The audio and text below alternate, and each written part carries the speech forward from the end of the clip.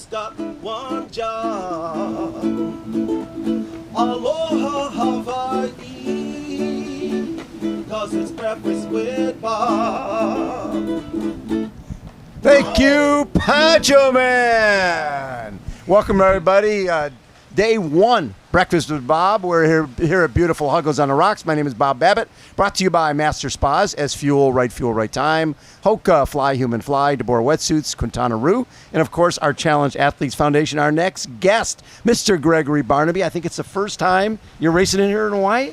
Yeah, first time in Kona, so yeah, super excited. And you've been here a couple weeks? I've been here a week now. A week now. Yeah. You've enjoyed it? Yeah, it's been amazing. It's beautiful, huh? Yeah, it is. The water is so clear. It's unbelievable. Yeah, the scenery is amazing. I can't believe you haven't seen any dolphins yet. What the heck? I know. We're missing out.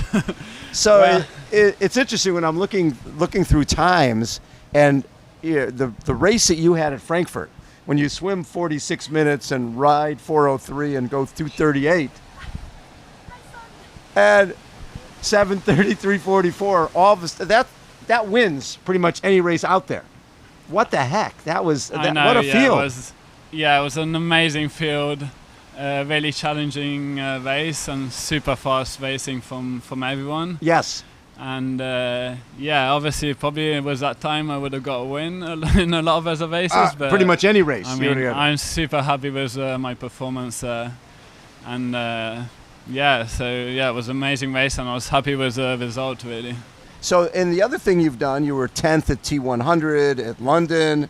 You just the balance between those shorter races and then coming to something like this or Frankfurt, has that been hard for you?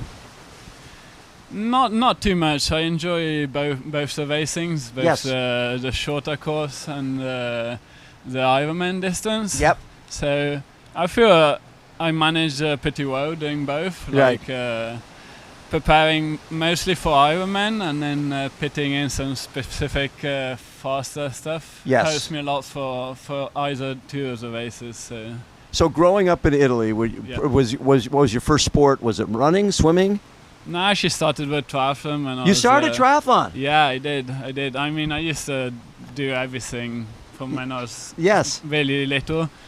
And yeah, from when I was 8 or 9, I just started with a triathlon group, in Verona, my hometown.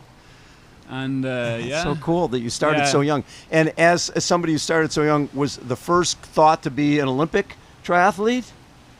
Yeah, obviously, that is what they take you to do in Italy, like sprint Olympic distance. So that's what I did until 2000. Yes. So obviously, my dream was to go to the Olympics for sure before, and but yeah, I think the long course triathlon suited me a lot better. So that was a really good change for me, and yeah, it was hard before. I think the results started coming from when I switched to long course. Did you, from the ITU side, the short distance side, how long did you stay in that? Quite a long time, because I was until I was 29.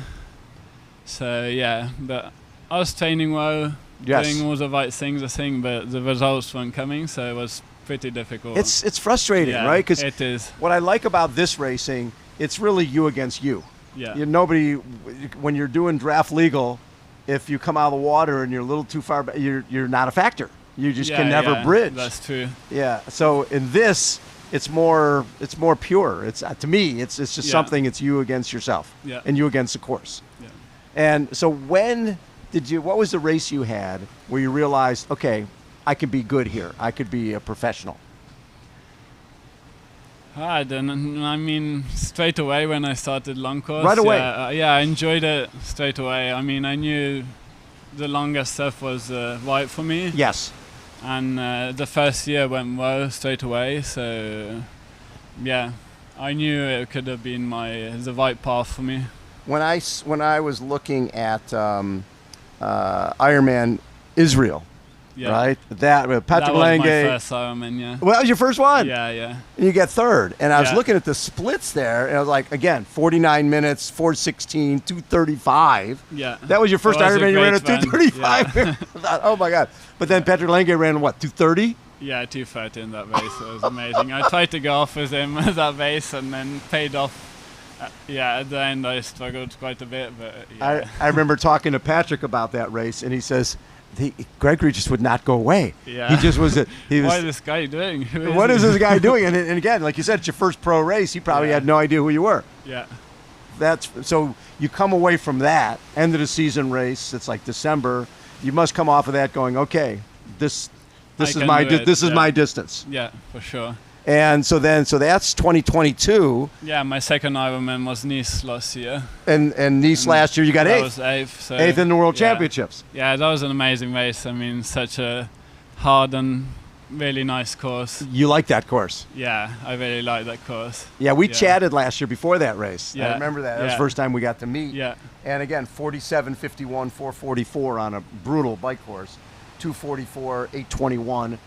When you come away from your first World Championship, Ironman World Championship, in your top 10, you got to be thinking, well, that was my goal, top 10, and to come away with an eighth place was amazing for me last year, and I was super happy with that. And moving that obviously motivates you for this year. Absolutely, yeah. I just need to do better than that. Yeah, that's my goal. I just need to do better than that. Well, yeah. It's hard to do much better than what you did at Frankfurt, but what's nice is you're going to be up there in the swim.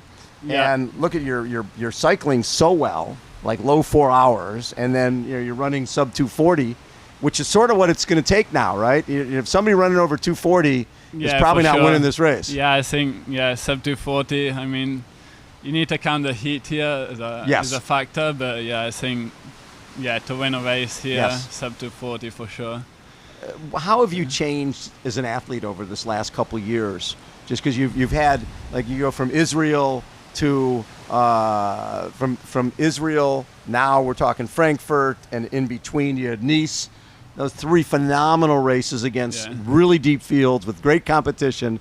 It shows you belong on the world stage. Yeah, for sure. It gives you a lot of confidence. Yes. So. In everything, in training and racing, I mean, mentally,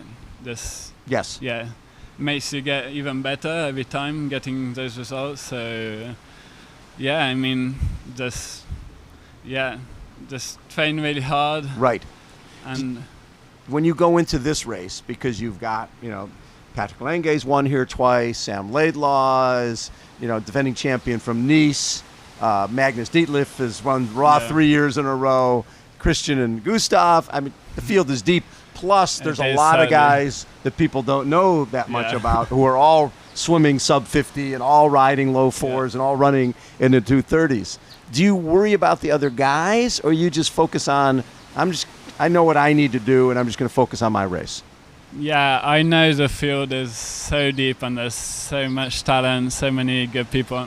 So many hard-working athletes. Yes. And just to be on this start line is, a big achievement, I think, because I got a lot of respect for everyone is on the start. And but I tend to not look at like the start list or what other people are doing. I just do more your own concentrate thing. on my thing, and I know I'm fit. I'm feeling really well. Good. So I think I got some of my best numbers these last few weeks. So I know I can have a good performance here. One of the big issues here is obviously heat, right? The heat is so different than even Nice. This is. It's different. It's different. It's a different type of heat. The course is different. The heat, everything it makes it really, really challenging. And I think it would be a hard day out there, but I'm getting ready for that. And I've been here a week now, so I started adapting to the heat. And I think another 6 days would be good to adapt even more. What do you do? Like you said, you want to be top 10 in Nice. What do you want here? I think I said do better than Nice. That is the top 8, but obviously aiming at the top 5 as well. There's really no reason you can't be top 5 based on what you've been doing, the fact that you're healthy. Yeah. You've raced in heat before and done well. Yeah. Right? Yeah, I enjoy the heat. You enjoy the heat. That's even better. That you enjoy the heat. Very cool. And then does the season end here? Do you do 70.3 Worlds as well? Or? Yeah, long season. Oh my God, that is a long season. Yes. Yeah, I'm actually doing 70.3 Busselton 1st of December, and then Taupo, just 15th. So you'll stay in that part of the world and train. Yeah, going to Australia after this.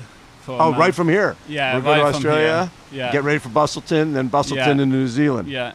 It saves a bit of traveling, so I think going back to Europe was a bit long, so yeah. Good for you, man. I was so impressed with what you did in Frankfurt. I thought that was unbelievable. And again, even with 70.3 Mallorca, you got a third there. You've had a great season. I had a great season. I mean, up and down. Yes. But not up and down. I mean, I had a bit of an injury at the start of the season. Yes. I broke my rib. Oh, was that from a bike crash? No, it was. It was actually from I had a really bad cough. Oh, you broke a rib coughing? Yeah, I broke a rib coughing. Oh my God! So I actually don't know. I went to race Miami. Yes. And I was really hurting. Yeah. And so I had a DNF there. I went back home and had X-rays, and I had a broken rib. So that wasn't fun. But God. Yeah, so obviously with Ironman Pro Series, I wanted to start the season earlier in Texas. And obviously that didn't happen because I had this issue, so the season started a bit later on. Which is probably a good thing because it's a long season. It is. You're going through in December. Yeah. So yeah. But I had good few races after that, so I'm happy with how it's gone until now. Gregory, thanks so much for taking time. I look forward to seeing you on race day. Yeah, I'm looking forward to it for sure. Hopefully, if you're top 3, you get to come the championship edition out of 4 seasons. Yeah, that would be amazing.